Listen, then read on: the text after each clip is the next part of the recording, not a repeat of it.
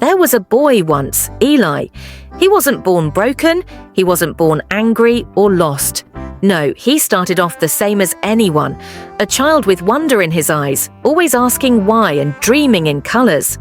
But the world didn't care about that boy. Not in the way he needed. His father would come home late, loud and full of rage. His mother would disappear into silence. He learned to tiptoe through the house, memorizing every creak in the floorboards like landmines. The dinner table was a war zone, words thrown like knives, and no one ever said sorry. But what damaged Eli wasn't just the trauma. It was the denial of it, the pretending, the forced smiles in public. The way no one ever said, "Hey, something's wrong here." That gaslighting of reality itself became the poison. You see, a human mind is resilient, but it's not invincible. Trauma doesn't just sit in memory. It embeds in the body. It warps the nervous system. It rewires how someone sees the world, others, and most tragically themselves. It teaches a child that they are not safe, not worthy, not real. And over time, that child grows. The mask grows with him. Eli became charming, funny. He learned how to read people, to shapeshift into whatever they needed. He became a master at it. And yet underneath he was empty, hollow, like a room abandoned after a fire. Walls still standing, but the soul gone. That's what unprocessed trauma does. It splits the self. Carl Jung once said, "The greatest tragedy of the family is the unlived lives of the parents." Eli inherited that tragedy, not just in genetics, but in the silence, in the suppression, in the cold legacy of emotional neglect. He didn't go crazy in a flash. It started with the insomnia, the feeling that something was always wrong, even when everything seemed fine. Then came the paranoia, the rage, the self-hatred. He couldn't trust anyone, not even himself. Relationships turned into landmines. He'd push people away and then beg them to stay. Love became a battlefield where he played both soldier and saboteur. He tried therapy once, told the therapist he couldn't feel anything anymore, that his dreams didn't make sense, that sometimes he would look in the mirror and not recognize the man staring back. They told him it was anxiety, depression, but labels couldn't touch the real monster, the buried pain he never learned to speak. Because when trauma is ignored, it doesn't disappear. It hides, it furs, it waits. And one day it comes out, maybe in a breakdown, maybe in addiction, maybe in the sudden silence of someone who used to laugh the loudest.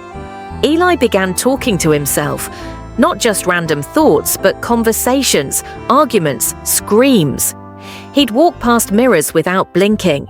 He started carrying a notebook, scribbling thoughts that made no sense to anyone else.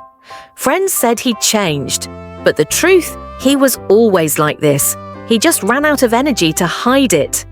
That's what no one tells you about going crazy. It's not madness, it's exhaustion. It's the soul giving up the performance.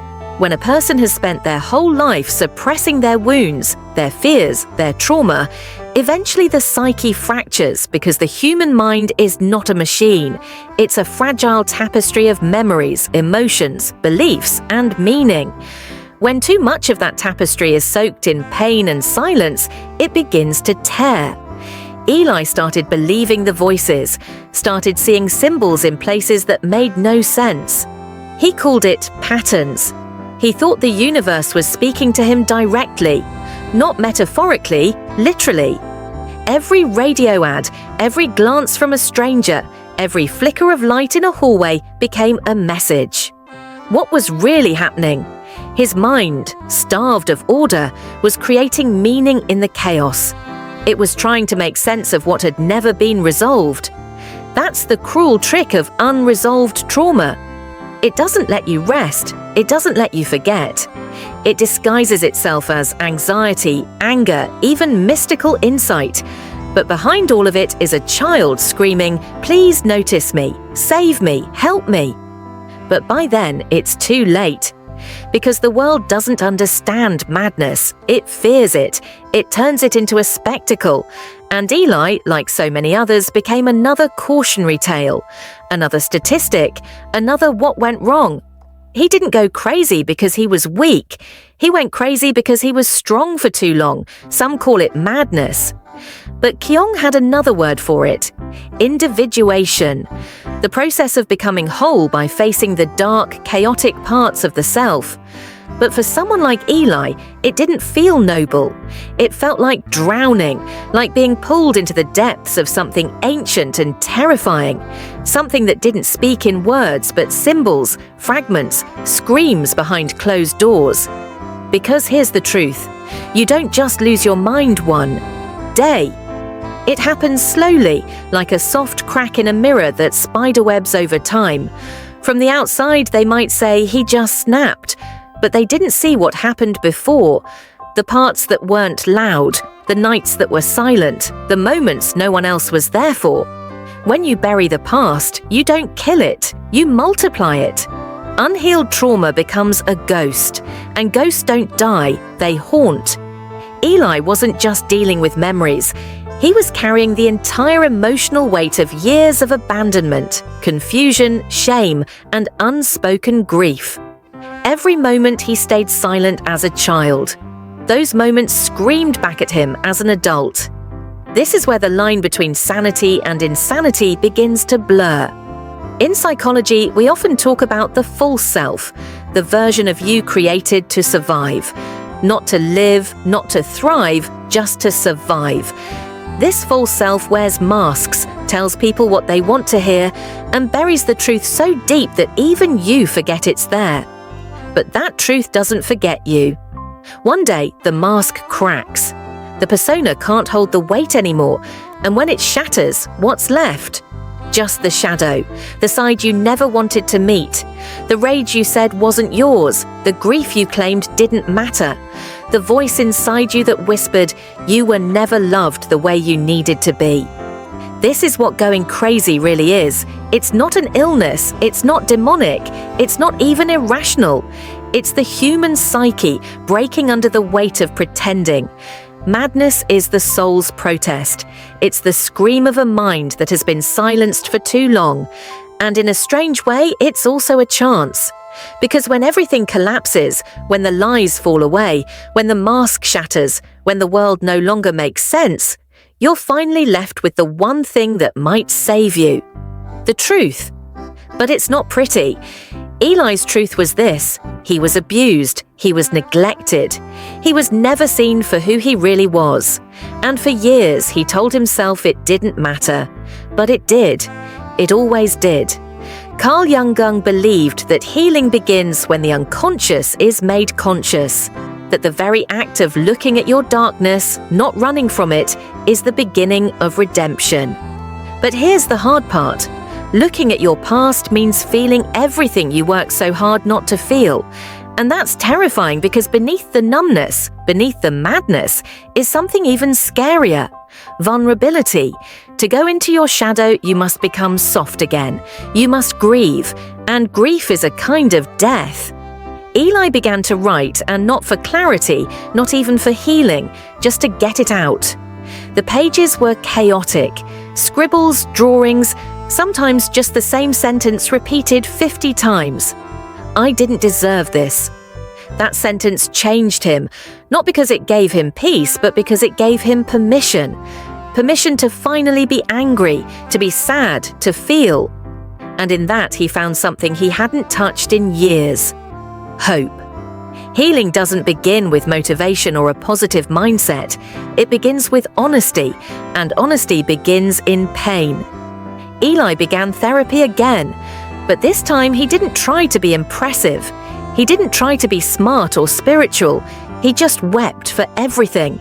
For the child who grew up too fast, for the adult who never felt safe, for the madness that made sense once he stopped running from it. He wasn't cured, but he wasn't lost anymore. He learned that madness was never the enemy. It was a message, a cry for attention from the parts of himself that had been locked away. And when he finally opened the door, those parts didn't attack him. They thanked him because now he was finally listening. If you've ever felt like you're going crazy, if the world feels too loud and you feel too broken, know this: you're not broken, you're buried. And healing is not becoming someone new. It's remembering who you were before the pain taught you to forget. How do you begin? Start with silence. Not the numb silence of disconnection, but the sacred silence of listening. Write, scream, walk, cry, but do it consciously. Do it without shame. Read books that go beyond symptoms, books that dive into the unconscious. The Body Keeps the Score by Bessel van der Kolk. Owning Your Own Shadow by Robert A. Johnson. The Drama of the Gifted Child by Alice Miller. Man and His Symbols by Carl Jung. These aren't just books, they are mirrors. They won't give you answers, but they will give you permission to ask the real questions. And most of all, don't heal to be perfect. Heal so you can be real. So you can look at the mirror and recognize the one looking back. Because the world doesn't need more masks. It needs more people who have survived their shadow and come back with light. People who have faced their darkness and still choose kindness. Not the kind of kindness that comes from fear or from trying to be liked, but the kind that is born from understanding pain.